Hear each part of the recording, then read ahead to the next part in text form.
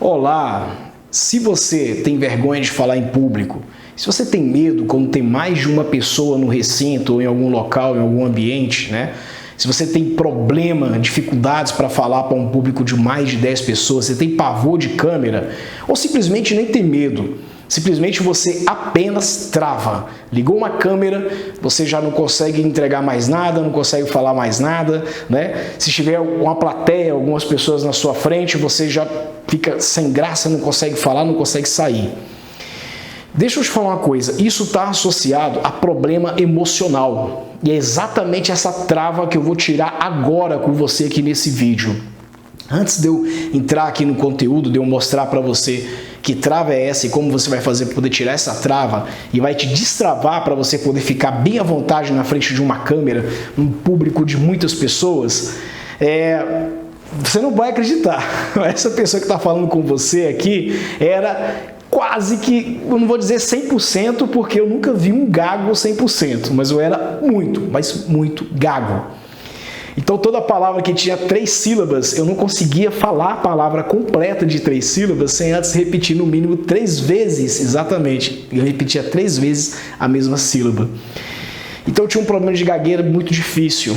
Isso atrapalhava a minha comunicação em tudo. Então, apesar de eu ter estudado, de eu ter chegado a me tornar, vamos dizer assim, executivo de grandes empresas de TI, de tecnologia, liderar grandes equipes, quando eu abria a boca, eu era motivo de risada. As pessoas me viam lá, eu sério, de terno, gravata e tudo mais, mas quando era na hora de falar, na hora de conversar com a equipe, na hora de mostrar alguma coisa, cara, não saía nada, eu travava total, não conseguia falar direito. Isso socialmente falando, isso só com pessoas do meu lado, colegas de trabalho muitas vezes, né? E quando eu precisava de apresentar para um público, para uma plateia, né, para muita gente, aí era pior ainda. Uma vez eu fiz um teste em frente a uma câmera, né? Fiz um curso de oratória para poder ver se eu conseguia corrigir alguma coisa, se esse distúrbio. Eu tinha ido em psicólogos, eu tinha ido em fonoaudiólogos, né? Então eu visitei alguns profissionais para poder entender que tipo de distúrbio era esse, o que estava acontecendo, porque eu era gago. E uma psicóloga uma vez me falou, entre outras consultas de outros psicólogos, né, que eu era muito tímido, eu tinha uma timidez, essa timidez me impedia de falar com as pessoas. E aí eu fui fazer testes na câmera, eu fui gravar em frente a uma câmera. Gente, não saía nada, eu travava. Eu, pelo menos com 2, 3 pessoas, eu gaguejava ali e tal, mas tentava me comunicar de alguma forma. Agora, em frente à câmera, era impossível, não conseguia, não saía nada, não conseguia falar nada, absolutamente nada. Deixa eu te contar um segredo. Não era distúrbio, não era problema psicológico, não era nenhum tipo de fluência, problema na minha fluência verbal, na verdade. Não tinha nenhum tipo desses problemas. Sabe qual era a minha trava? Emocional. Eu tinha medo de ser rejeitado. Eu tinha um pavor enorme de não ser aceito.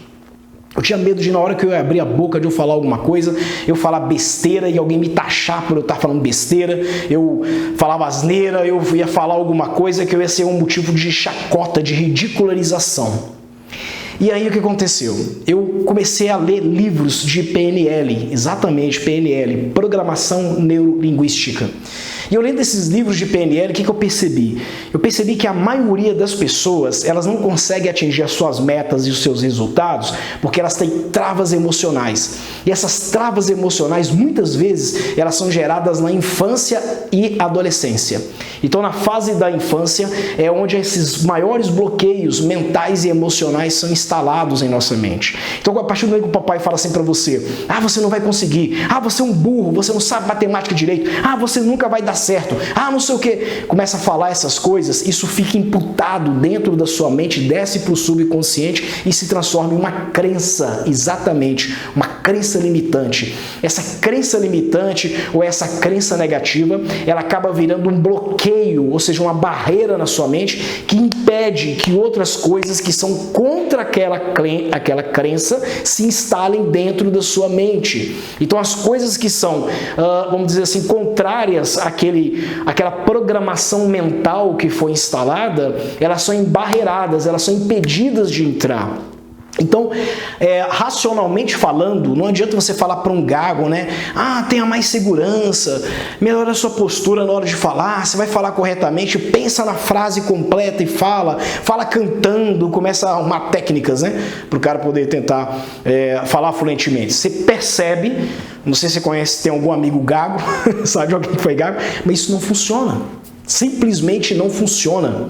Tá? Porque o problema, na verdade, é como se eu quisesse corrigir a minha imagem refletida no espelho, corrigindo o espelho, né? Então, por exemplo, se a minha camisa está torta, se um botão está solto e eu estou me vendo aqui em frente ao espelho, né? Eu tenho que corrigir a minha imagem real. Eu tenho que vir aqui no botão, arrumar o botão na imagem real, né? Agora, essas técnicas furadas, desculpa, tá? É como se corrigisse a imagem do espelho. Você é um resultado, você é um fruto de quê? De uma programação, de uma mentalidade, né? Existem crenças instaladas no seu subconsciente e no seu inconsciente, e essas crenças, elas são impeditivas, né? São crenças associadas a 3 grandezas: crença de identidade, quem você é, né? Você pode até falar, André tá dando uma de coach aqui e tal, pode pensar o que você quiser, tá? Mas isso resolveu para mim. Então, se você quer entender e você tem esse problema, conhece alguém com esse problema e quiser compartilhar esse vídeo, fica até o fim que você vai entender, tá?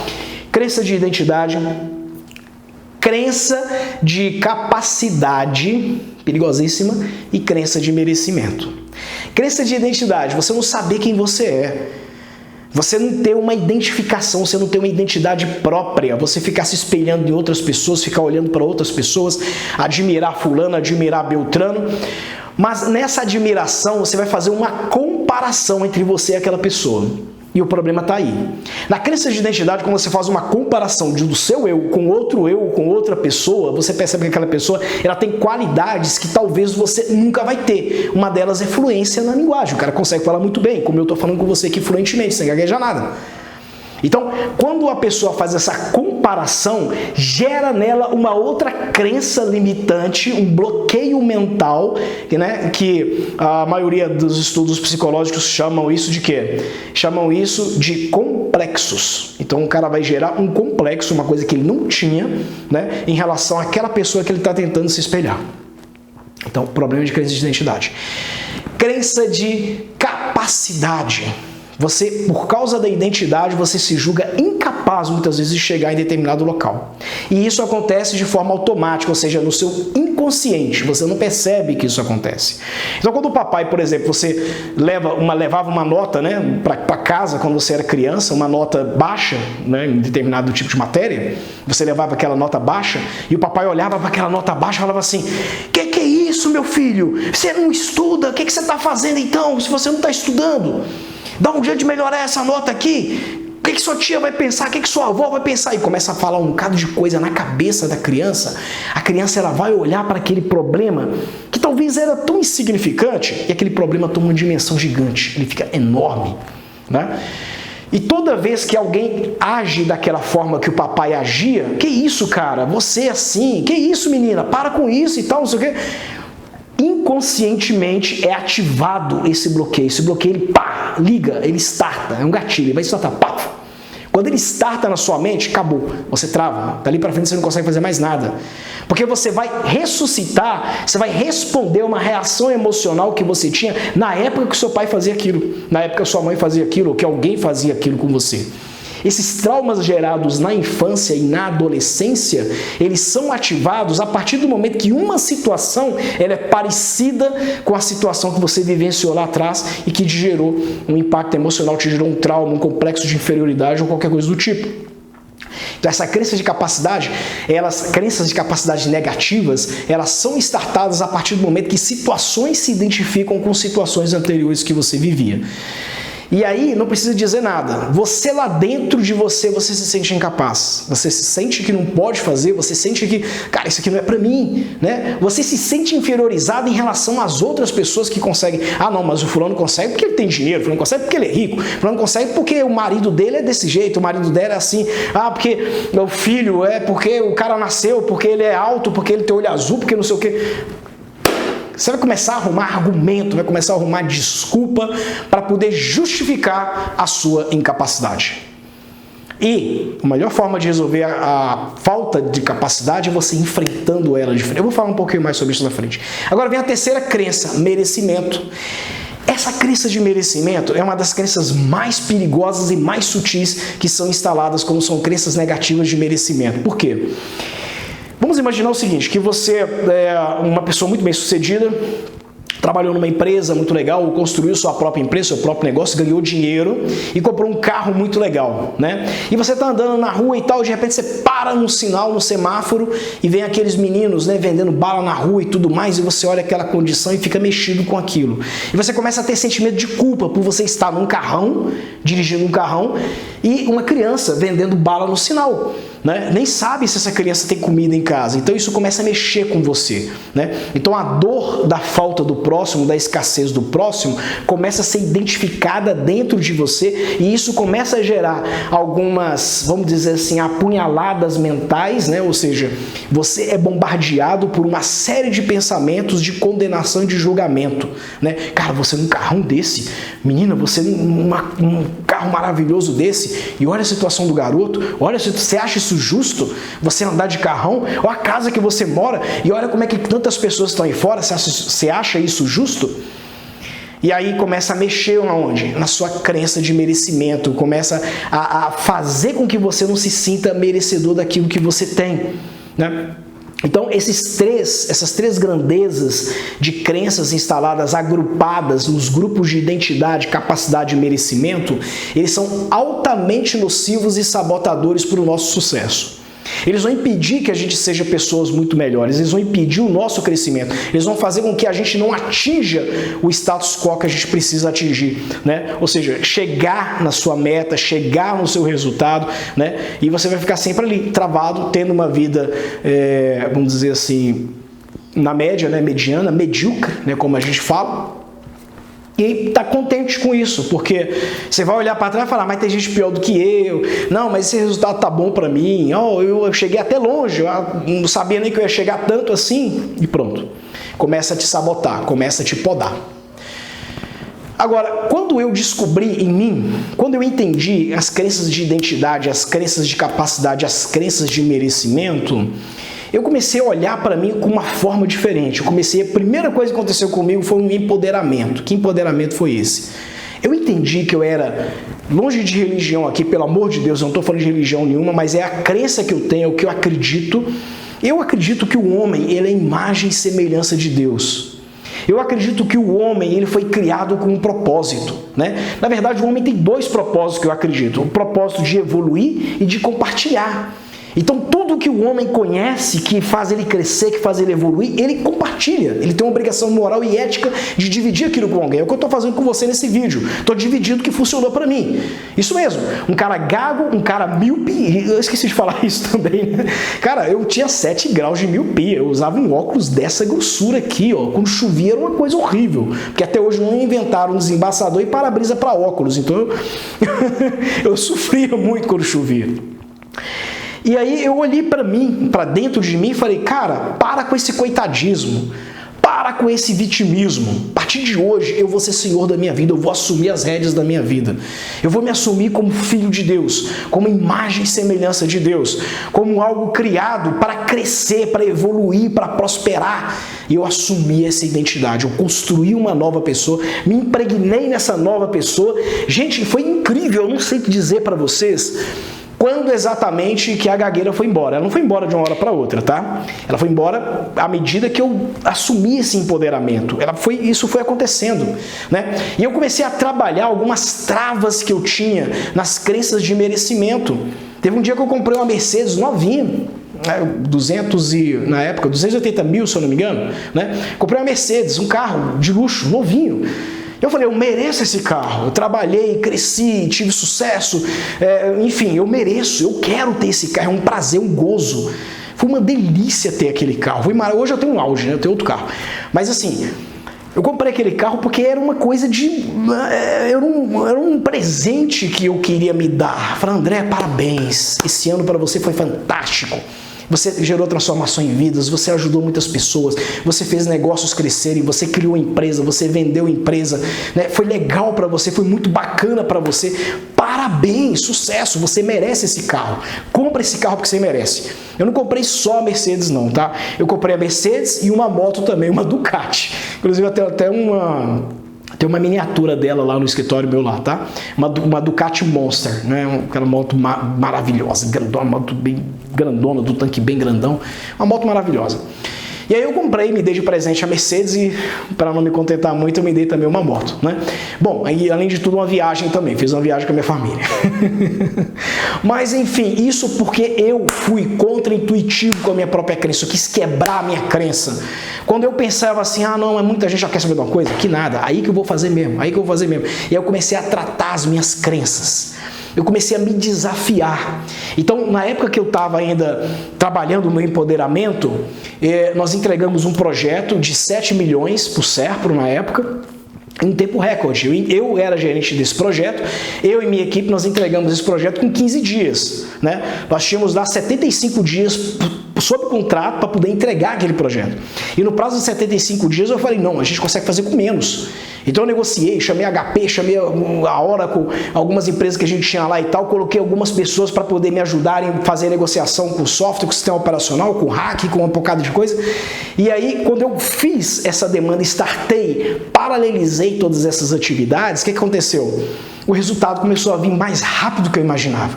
E nós começamos a trabalhar, final de semana, começamos a trabalhar dia, noite e tal. 15 dias depois o projeto estava entregue.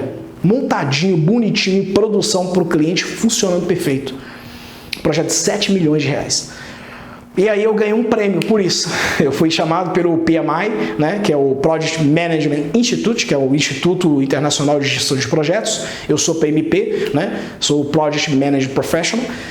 E eu fui chamado para poder palestrar no PMI, né, para poder falar sobre esse case, né, como é que eu consegui, como é que eu fiz esse case e tudo mais.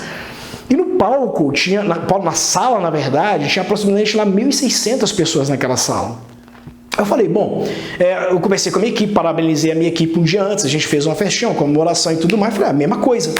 Eu olhei para aquelas pessoas como pessoas que eu queria ajudar. É aí que começa a primeira chave para você destravar, anota aí. Você tem que olhar para as pessoas como quem você quer ajudar.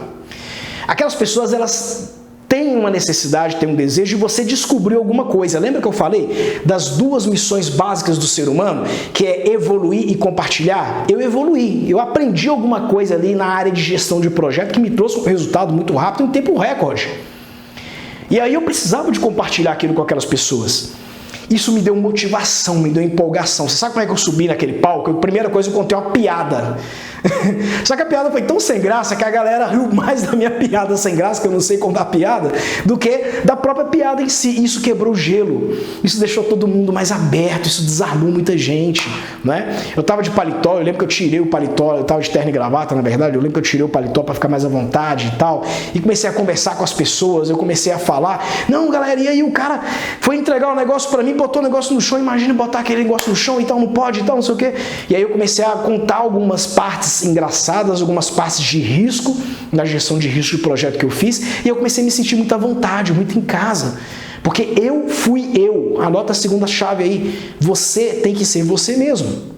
Então você tem que entender que você está compartilhando algo muito legal com uma pessoa, está fazendo uma parte do seu propósito de vida, que você evoluiu, você aprendeu alguma coisa e você está compartilhando aquilo que você evoluiu, você está ajudando aquela pessoa. Você está investindo na vida daquela pessoa com conhecimento. Isso vai te deixar muita vontade para você poder estar falando. E quando você fala de uma coisa que você sabe, que você domina, você está em casa. Cara, você está em casa, você está tranquilo, você está bem demais. E aí o que acontece? Você começa a fazer entrega. E aí eu percebi como é que eu fui naquela palestra, naquele palco. Só que depois que eu entreguei o microfone, eu fui aplaudir de pé pelaquela galera toda lá, né? Que eu brinquei também e tal, fiz algumas coisas bem legais lá também com o pessoal também. Mas tudo da cabeça, na hora, no momento lá que eu inventei. Mas aí vem a segunda chave, entendeu? Se sinta em casa. E agora eu vou te dar o terceiro insight que vai te travar. É uma técnica da PNL que eu aprendi, chamada ressignificação São duas, na verdade, né? Falei uma não, na verdade são duas. Ressignificação e reimpressão. Anota isso aí. Ressignificação e reimpressão. O que é a ressignificação? Como o nome já diz, é você dar um novo significado. Você pega um passado, um trauma lá atrás e fala: esse passado e esse trauma é um combustível, é um motor, é um alimentador para eu quebrar tal objeção da minha vida, eu quebrar tal crença negativa que eu tenho, tal limitação que eu tenho. Eu vou provar que eu não sou isso, eu vou provar que eu consigo, né? Então você vai usar aquilo como um combustível, como algo que vai fazer você se motivar e se inspirar a vencer, tá? E a segunda coisa que existe também, né? Eu primeiro falei da técnica de ressignificação, ressignificar, basicamente é isso, depois você dá uma procurada, né, na PNL para poder entender direitinho. E tem a reimpressão. O que é reimpressão? Reimpressão é o seguinte: eu peguei as características da pessoa que eu queria ser. E olha só, eu me via de cabelo grande, eu estou deixando crescer agora um pouquinho, né? Mas eu me via de cabelo grande, me via de barba, me via bem extrovertido, me via conversando muito bem, falando fluentemente com as pessoas. Eu me desenhei e eu escrevi ao lado o que eu estava fazendo, né? Eu estava no meio, eu me escrevi um palco e eu palestrando na frente de muitas pessoas, falando fluentemente para aquelas pessoas ficaram muito à vontade comigo e eu muito à vontade com elas. E aí eu imprimi aquela pessoa em mim, eu peguei aquela pessoa que eu tinha desenhado e trouxe para mim, né? Ou seja, eu fiz uma reimpressão de mim mesmo, né? Trouxe para mim. E a partir dali, eu comecei a agir conforme aquela pessoa. Falei, o que esse cara falaria numa situação dessa? O que esse cara faria numa situação dessa? Como esse cara gravaria um vídeo? Como esse cara falaria para 1000 pessoas, uma palestra, um palco de 1000 pessoas? E aí eu comecei a não só olhar para aquele cara de forma teórica, mas eu comecei a agir como se fosse aquele cara. Você já deve ter ouvido falar de Tony Robbins, né? Tony Robbins, eu soube recentemente que ele criou o personagem Tony Robbins, né? O nome dele não era Tony Robbins, o nome dele era Anthony, não sei o que. É outro nome lá, não sei, não lembro qual é não, mas é outro. Depois você pesquisa novamente no Google lá, você vai entender essa história que eu estou te falando. Ele disse que ele criou o Tony Robbins. Ele falou o seguinte: olha, eu pretendo ser um coach palestrante, motivacional, uma pessoa que vai impactar pessoas, que vai botar energia up, bem lá no alto mesmo, e vai não sei o que e tal. Ele começou a definir umas características da personagem que ele queria criar.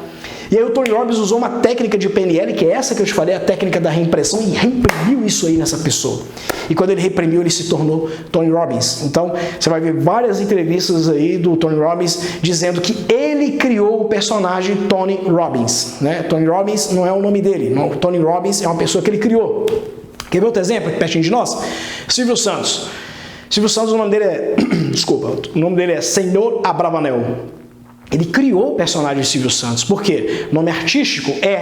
Mas ele associou esse nome artístico a um comunicador, a uma pessoa influente, a um apresentador que fosse influente, que fosse um ótimo comunicador. E quem se compara, gente, na história do Silvio Santos ao Silvio Santos, ao sucesso do Silvio Santos? Funcionou para mim. Eu tenho certeza, talvez não funcione para 100% das pessoas, talvez tenha lá 1% que não vai funcionar. E esse 1% é a pessoa que não acredita, porque a base de tudo se chama fé. Você tem que acreditar. Você desenha quem você é, usa as técnicas que eu te falei, faz do jeito que eu estou te falando, que vai funcionar. Se você for gago, você vai deixar de ser gago, que nem eu fiquei. Eu deixei de ser gago, gente, é um milagre isso aqui. Gente, tem pessoas que não me viam há muitos anos, e quando elas me viam subindo no palco, ou ver um vídeo meu, ou ver alguma coisa, me falaram: esse não é o André, cara, não é possível. O André, não é o André. Não tem como ser o André. Mas acontece mesmo. Por último, eu vou te dar uma última dica para você ligar a sua câmera. Se de tudo isso que eu falei você ainda tiver medo ou ainda se sentir um pouco travado, e vai levar tempo, você vai ter que fazer um exercício, 2, 3 dias ali e tal, ficar na frente do espelho, falando com você e etc. Eu vou te falar uma última coisa. Não liga para ninguém que está em sua volta. Sabe por quê? Quem paga as suas contas é você. A sua vida é sua. Uma pesquisa feita em Harvard revelou que foi 78% ou foi 76% das pessoas, não sei, no leito de morte, elas responderam a mesma coisa. A pesquisa dizia, do que você se arrepende na sua vida? Sabe o que eles diziam? Eles não tinham medo da morte. Eles tinham medo de se expor ao público, era o maior medo deles. E eles diziam que se arrependiam de não ter feito algumas coisas na vida que, se eles tivessem uma chance naquele momento no leito de morte, eles iam fazer. Eles tinham arrependimento não do que fizeram, eles tinham arrependimento do que não foi feito. Olha só para você ter ideia. O que ele deixou de fazer que ele se arrependeu. Então a vida é sua. Se você não viver a sua vida do seu jeito, da sua forma, e viver para os outros, preocupado se você se veste para os outros, se você fala para os outros, se você está em determinado local é por causa dos outros, esse evento social eu estou aqui por causa dos meus amigos. Para com isso. Seja você mesmo, viva a sua vida você e seja intenso, sendo você de forma intensa. Você vai ver que as coisas mudam de repente. E outra, você vai gravar um vídeo e tal, mas e se fulano não gostar? E se ninguém não gostar? Cara, deixa eu te dar uma novidade. Vai ter gente que não vai gostar, mas vai ter gente que vai amar, vai ter muitas pessoas que vão se conectar com você. Seja você mesmo.